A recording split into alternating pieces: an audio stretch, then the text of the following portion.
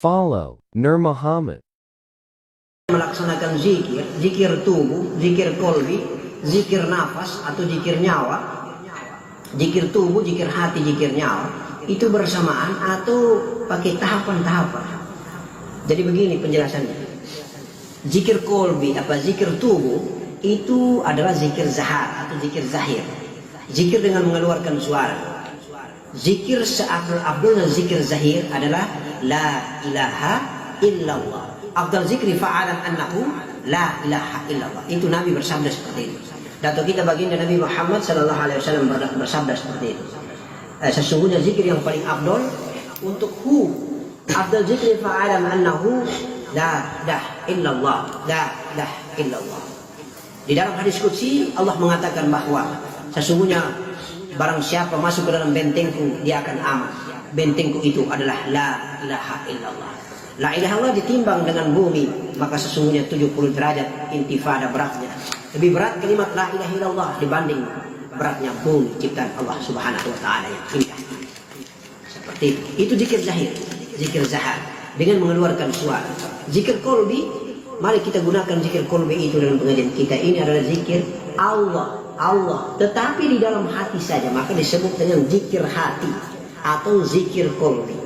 Diamkan, katupkan mulutmu, kemudian kau dengarkan saja hatimu berzikir menyebut Allah, Allah, Allah, Allah, Allah, Allah, Allah. Lalu zikir yang ketiga disebut dengan zikir nyawa. Zikir nyawa itulah zikir nafi isbah, zikir nafas namanya. Zikir nafas itu ada dua. Yang satu nafi isbat, masuk disebut dengan nafi, keluar disebut dengan nafi, masuk disebut dengan isbat. Nafi itu zikir Allah, isbat itu zikir hu. Dan juga ada satu lagi cara atau metode zikir nafas dengan cara menahan nafas, bertahan nafas itu.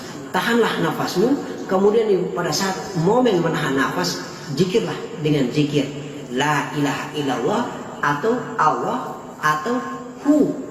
Kemudian larut di dalam rasa, tinggal rasa saya, maka muncul zikir lain. Seperti itu. Jadi sebenarnya tidak ada zikir yang namanya hu, tidak ada zikir yang namanya tidak ada zikir seperti ini.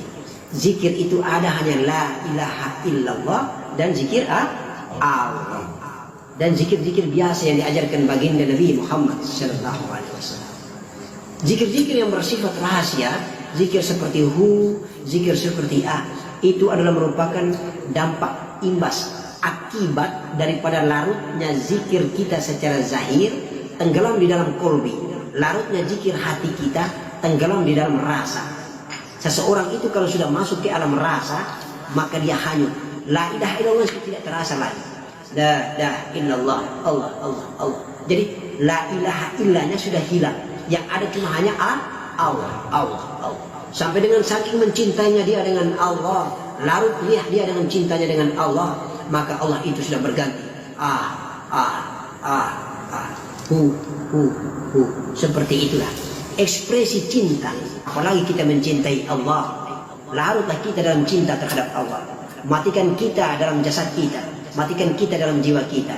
Yang ada hanyalah rasa dan perasaan cinta. Akhirnya kita mabuk mencintai Allah. Kita gila-gila mencintai Allah. Akhirnya sebutan kita sudah tidak sempurna lagi la ilaha illallah.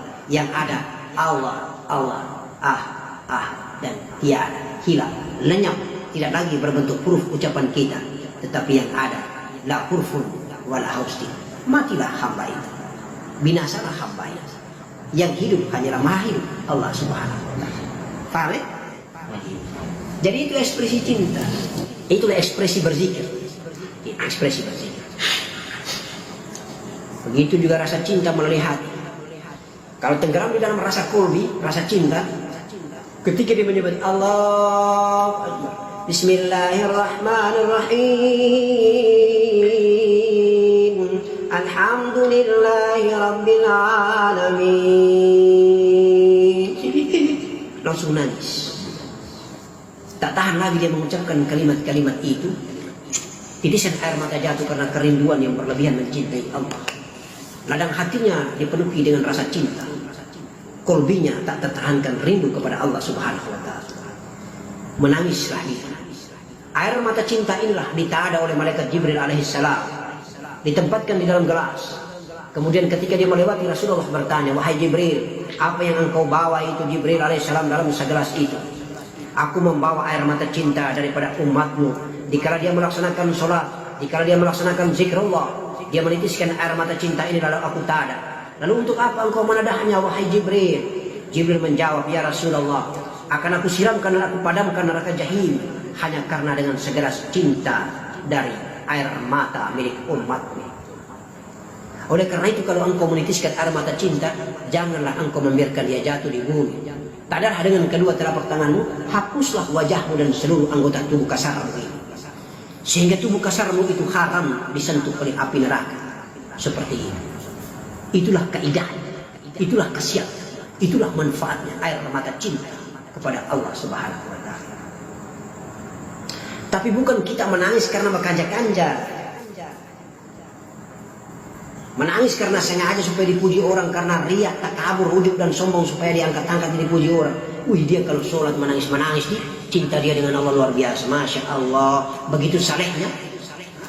Itu sama saja mempertuhankan kesombongan, mempertuhankan diriku sendiri.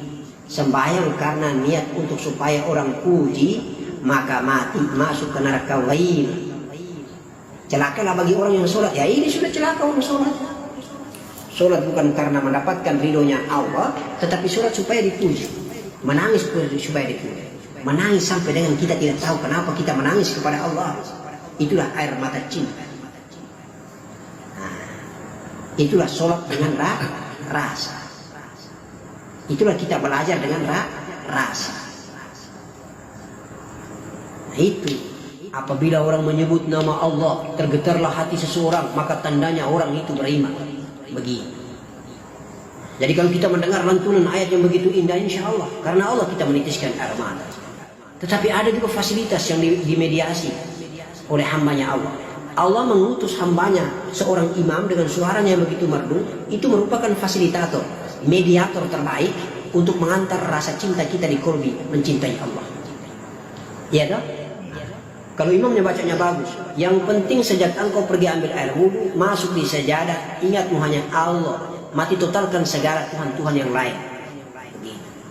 Tuhanmu itu satu saja, cuma Allah Subhanahu wa Ta'ala. Maka kau khusyuk di dalam sholat.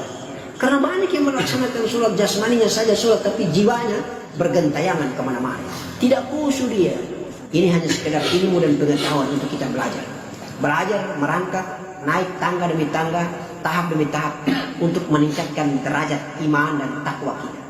Mulai dari kita Islam, kemudian kita iman, kemudian kita ihsan, kemudian kita ikhlas, kemudian kita muttaqi. Itu pangkat derajat rohani jiwa seseorang dengan Allah Subhanahu wa Ta'ala. Jangan kita di kelas-kelas Islam saja. Itu kelas anak-anak TK terus, naik juga di SD, naik juga di SMP, SMA, dan sampai dengan bangku kuliah. Seperti itu. Pangkat jiwa kita juga begitu. Jadi mulai Islam, naik iman, naik ihsan, naik ikhlas, naik muttaqi. Itu. Jadi kalau khutbah Jumat selalu ittaqullah, ittaqullah, ittaqullah haqqa tuqatih wa la tamutunna illa wa antum muslimun. Itu selalu diungkapkan, selalu disampaikan oleh penasihat, oleh khatib dalam khutbahnya. Itu maksudnya begitu. Tingkatkan derajat takwa. Ittaqullah, bertakwalah. Tapi bertakwa ini kita terjemahkan secara syar'i terus, menjalankan perintah dan menjauhi segala larangannya. Kita tidak terlalu mendalami rahasia daripada takwa ini. Takwa itu pangkat tertinggi. Setelah engkau beragama Islam menjadi Islam, kemudian engkau beriman, kemudian engkau ihsan, kemudian engkau ikhlas, kemudian engkau ittaqullah, bertakwa, menjadi muttaqi. Assalamualaikum warahmatullahi wabarakatuh. Follow Nur Muhammad.